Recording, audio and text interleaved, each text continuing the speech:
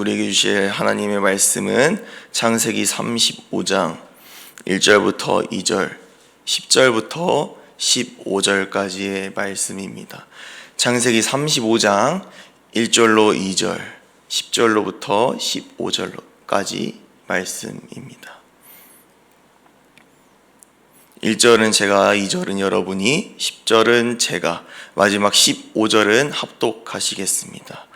하나님이 야곱에게 이르시되 일어나 베델로 올라가서 거기 거주하며 내가 내 형 에서의 낯을 피하여 도망가던 때에 내게 나타났던 하나님께 거기서 제단을 쌓으라 하신지라.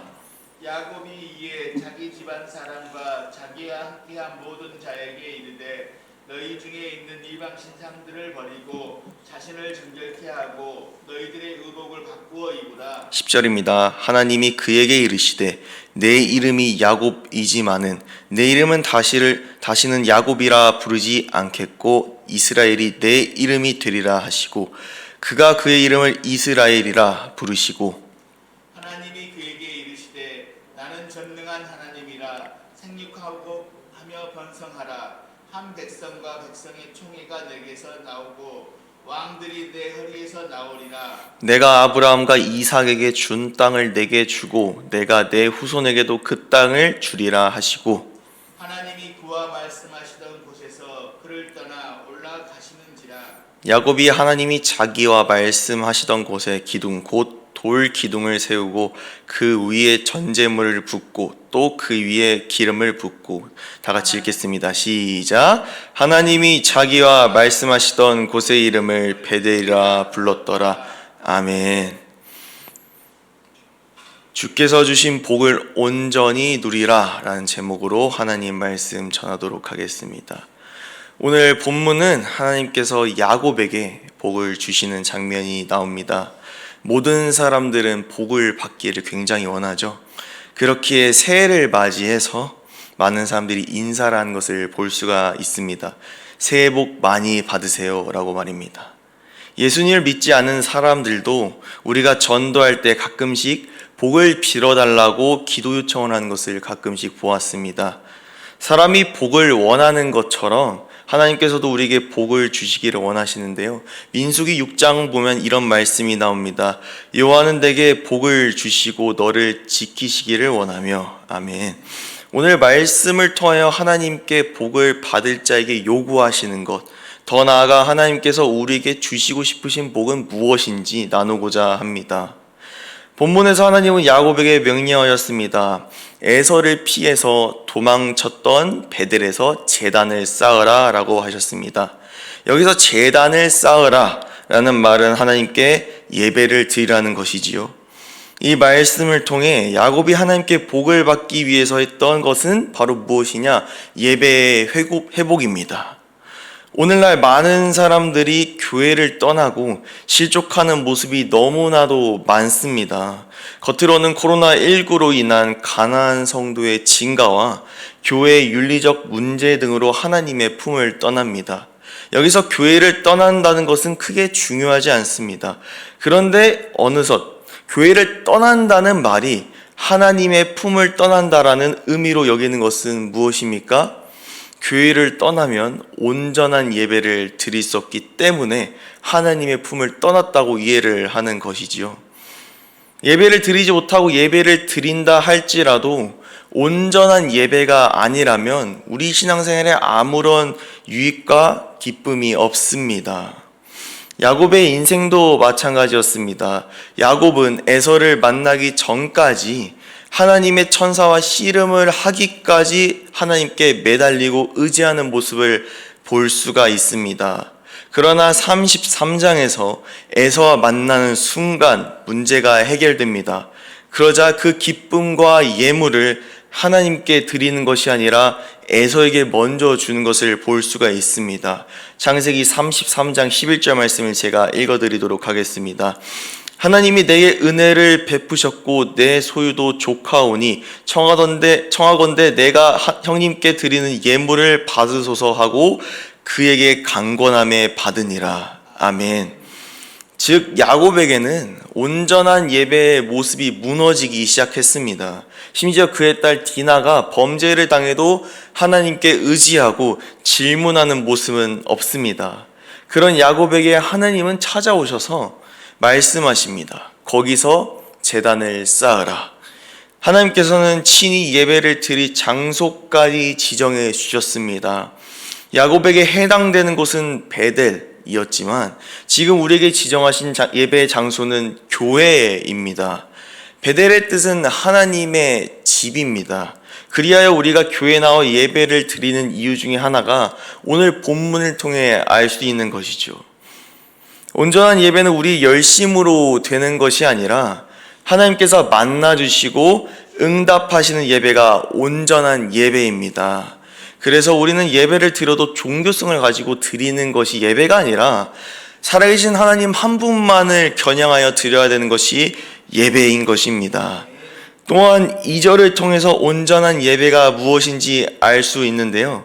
야곱은 한 번의 예배를 위해서 자신의 모든 자들에게 이방 신상을 버리라 라고 명령합니다. 주일 예배를 통해 복의 근원이 어떻게 되었는지 들었습니다. 우리의 믿음의 조상 아브라함도 그의 본토 친척 아버지의 땅을 떠날 때에 그가 가진 모든 우상을 버렸다는 것입니다. 우리에게 어떠한 우상이 있습니까? 자신의 물질, 자녀, 학업 등등 이 모든 것들이 하나님보다 앞선다면 우상이 되는 것입니다. 야곱은 온전한 예배를 위해서 자신의 모든 우상을 철저하게 버리는 것을 볼 수가 있는데요. 그렇게 야곱은 하나님의 복을 받았습니다. 복의 내용을 보기 전에 순서를 먼저 봤으면 좋겠는데요. 하나님께서는 야곱이 제단을 쌓고 예배를 드린 후에 복을 주시지 않았습니다.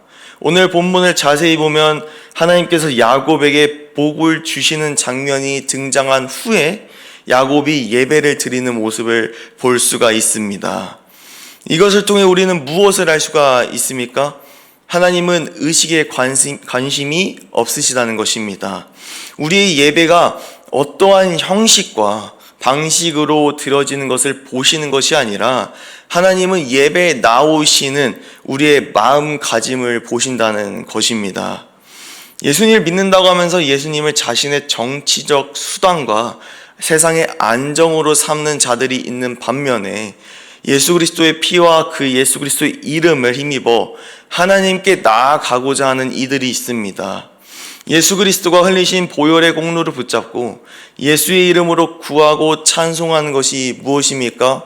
이것이 하나님께서 원하는 예배입니다. 이것이 하나님께서 우리를 보시는 복의 기준이 됩니다. 하나님은 온전한 예배를 드리기 위해서 자신의 시간과 장소를 구별하여 삶의 우상을 제거하는 사람들을 책임지십니다. 우리가 예배를 드릴 때 자신을 괴롭히는 문제와 걱정거리가 있다면 온전한 예배를 드릴 수 없기 때문입니다. 온전한 예배를 드리는 사람들에게 하나님께서는 예배자라고 부르십니다. 이런 예배자들에게 하나님께서 주시는 복 중에 하나는 무엇이냐면 정체성의 변화입니다. 10절에 하나님은 야곱의 이름을 바꿔주십니다. 하나님이 그에게 이르시되 내 이름이 야곱이지만은 이스라엘이 내 이름이 되리라 하시고 그가 그의 이름을 이스라엘이라 부르시고 아멘. 야곱은 발꿈치를 잡는 자였으나 이제는 하나님과 겨루어 이긴 자가 되었습니다. 여기서 하나님과 겨루어 이겼다라는 원문을 보시면 주권을 소유하다, 통치하다라는 사라라는 단어가 사용됩니다. 이는 더불어 하나님과 힘을 얻었다, 하나님과 더불어 힘을 얻었다라고 볼 수가 있습니다. 그렇게 야곱은 하나님께서 책임지시는 인생이 된 것입니다. 야곱은 지금까지 자신 홀로 고군분투하며 살아왔습니다. 이런 그에게 삶의 우상이 얼마나 많았겠습니까? 그러나 그가 하나님 앞에 철저하게 우상들을 버리고 하나님 앞에 나아올 때 하나님은 그를 책임지시는 인생의 정체성으로 바꿔주셨습니다. 아브라함의 하나님이 야곱의 하나님으로, 야곱의 하나님이 아브라함의 하나님으로 되어주신 것입니다. 우리의 인생도 마찬가지입니다. 세상의 물질과 스펙으로 자신을 살게 한다고 생각을 할 수가 있겠지만 온전한 예배를 통해서 하나님만이 나의 방패요 피난처가 되실 줄 믿습니다. 예수를 온전하게 믿는 사람들과 예배자는 세상의 것으로 해결하지 않습니다. 오직 나를 책임지시고 해결해 주시는 하나님께 믿음을 가지고 기도로 매달리는 것이지요. 정체성이 변화되었다고 해서 항상 행복한 일은 일어나지는 않습니다. 베드로는 예수님께 요한의 아들 시몬에서 반석이라는 뜻을 가진 베드로로 이름을 바꿔주십니다. 그러나 그가 예수님의 말씀에 순종하지 못하고 죽음의 위기 앞에서 예수님을 부인하고 저주합니다. 그 전에 예수님께서 분명 시험에 들지 않도록 깨어서 기도하라 라고 명령하셨습니다. 이 말씀 우리에게 적용하면 이 세상의 풍파에서 정체성을 기도로 지켜라 라고 하시는 것이죠. 하나님께서 여러분에게 주신 정체성은 무엇입니까? 오늘 말씀을 통해 이 말씀 붙잡고 다시 한번 일어서는 저와 여러분들이 되길 축복합니다. 예수님을 부인하고 저주한 베드로에게 이 부활하신 예수님께서 다시 찾아오십니다. 그런 예수님은 베드로에게 베드로야, 반석아, 게바야 라고 부르시지 않습니다. 요한복음 21장 15절 부활하신 예수님께서 베드로에게 찾아오시는 모습을 제가 읽어드리겠습니다. 그들이 조반 먹은 후에 예수께서 시몬 베드로에게 이르시되 요한의 아들 시몬아 내가 이 사람들보다 나를 더 사랑하느냐 하시니 아멘. 베드로에게 요한의 아들 시몬아 라고 부르시는 모습을 볼 수가 있습니다. 마치 예수님께서 베드로를 처음 마주한 그 순간처럼 말하십니다. 3번을 물어보시고 그를 다시 일으켜 주십니다. 즉 예수님은 정체성이 무너진 그를 다시 일으켜 주셨다는 것입니다. 우리는 살아가면서 온전한 예배를 드리지 못할 때가 너무나도 많습니다. 그러나 현실의 실패에 무너지고 낙마할 것이 아니라 우리를 죽기까지 사랑하신 예수 그리스도를 바라볼 때 주님이 주신 정체성이, 비전이, 복이 다시 한번 회복되리라 믿습니다. 히브리서 12장 2절의 말씀을 보면 이렇게 나옵니다. 믿음의 주요 또 온전하게 하시는 이인 예수를 바라보자. 아멘. 그렇게 야곱이 하나님 말씀에 순종하여 온전한 예배를 드린 것처럼 우리도 예수 그리스도를 의지하여 계속해서 은혜의 보좌 앞으로 나아가야 될 줄로 믿습니다. 예수 그리스도를 의지한다는 것은 무엇이냐? 그가 흘리신 보혈의 능력을 붙잡고 회개하여 일어서라는 것입니다. 사랑하는 지구촌소망 가족 여러분, 우리는 넘어지고 지칠 수 있습니다. 그러나 넘어지는 모습에 좌절하고 낭망하는 모습에 집중하지 마시고 우리를 일으켜주시는 예수 그리스도의 보혈만을 바라보기를 간절히 원합니다.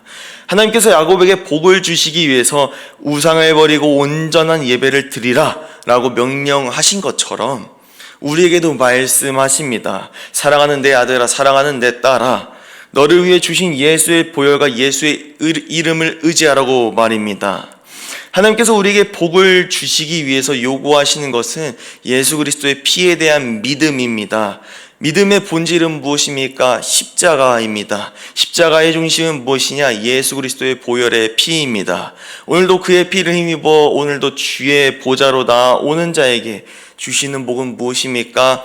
하나님 자녀의 상속입니다. 우리에게 최고의 복 예수 그리스도를 통해 천국과 생명을 주시는 하나님만을 의지할 때 야곱과 같이 온전한 예배를 드릴 수가 있다는 것입니다. 이를 통하여서 야곱과 같이 예배로 승리하는 인생이 우리 지구촌소망 가족 여러분의 인생이 되기를 주님의 이름으로 간절히 축복합니다.